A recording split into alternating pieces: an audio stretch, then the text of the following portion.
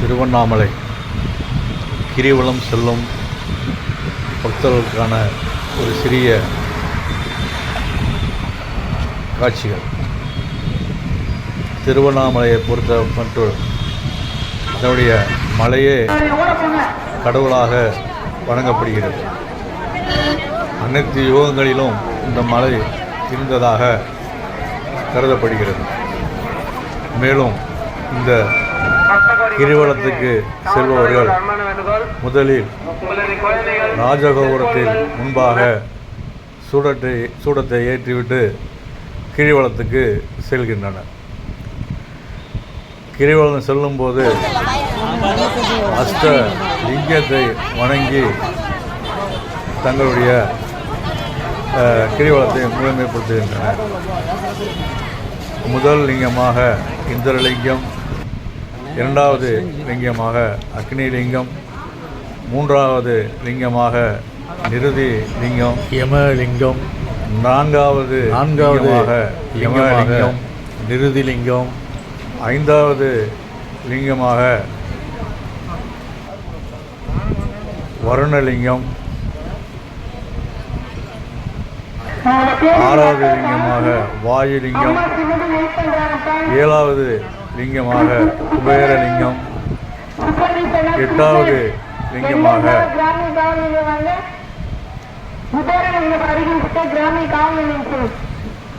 ஈசானலிங்கம். இந்த 8 லிங்கத்தையும் தேவர்களே பூமிக்கு வந்து அவருடைய வேண்டுதலுக்காக சிவபெருமான் அவர்களுக்கு காட்சி கொடுத்ததாக புராணங்கள் சொல்கின்றது. அந்த அளவுக்கு தேவர்களே வழிபட்ட இந்த லிங்கம்தான் இந்த 8 லிங்கங்கள். கிரிவல பாதையில் நாம் செல்லும்போது இந்த 8 லிங்கத்தையும் நாம் வணங்கி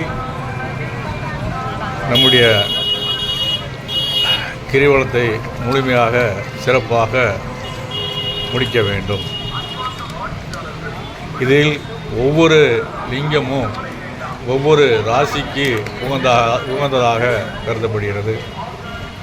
மேலும் கிரிவல பாதையில் செல்லும்பொழுது அண்ணாமலை கோவில் மூலஸ்தானத்துக்கு நேர் எதிராக 7வது கிலோமீட்டரில் 16 கிலோமீட்டர் தூரம் கிரிவலம் உள்ளது. இதில் 7வது கிலோமீட்டரில் நேர் அண்ணாமலை உள்ளது. அங்கும் அண்ணாமலையார் காட்சியளிக்கின்றார். அங்கும் உண்ணாமலை அம்மனுக்கு சன்னதி உள்ளது.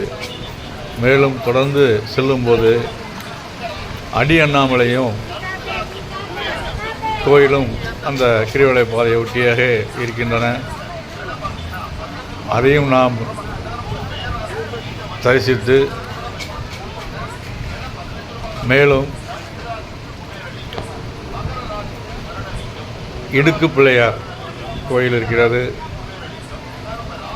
அதில் பக்தர்கள் அனைவரும் உள்ளே நுழைந்து தங்களுடைய உடல் ஆரோக்கியத்தை உறுதி செய்து கொள்கின்றனர். மேலும் தொடர்ந்து நாம் சென்று கொண்டே இருந்தால்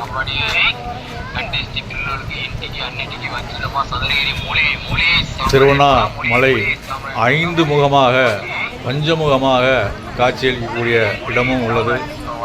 அந்த ஒரு இடத்தில் மட்டும்தான்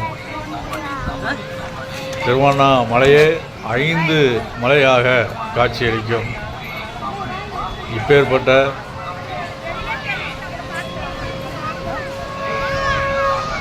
பலவிதமான அனுபவத்தோடு நாம் முழுமையாக அண்ணாமலையாரை மனதில் நினைத்து இந்த கிரிவலத்தை சிறப்பாக முழுமையாக நாம் சென்று வர வேண்டும் என்பதே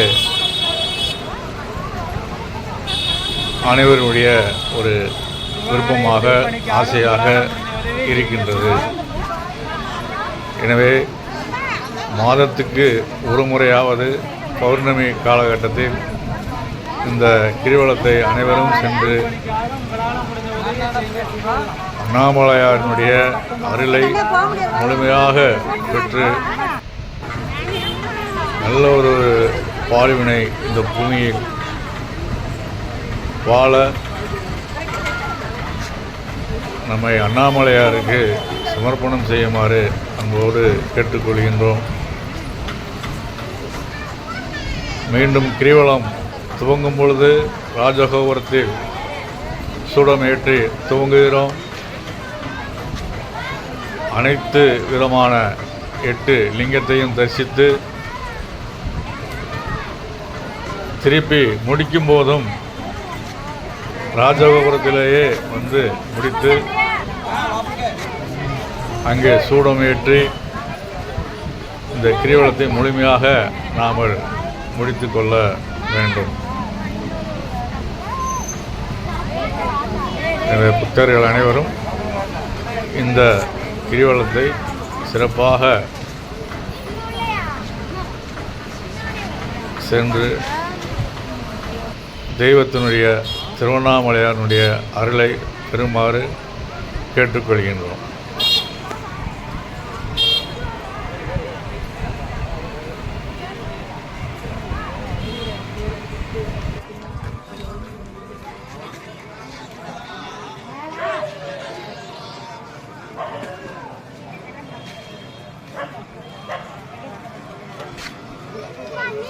Papa,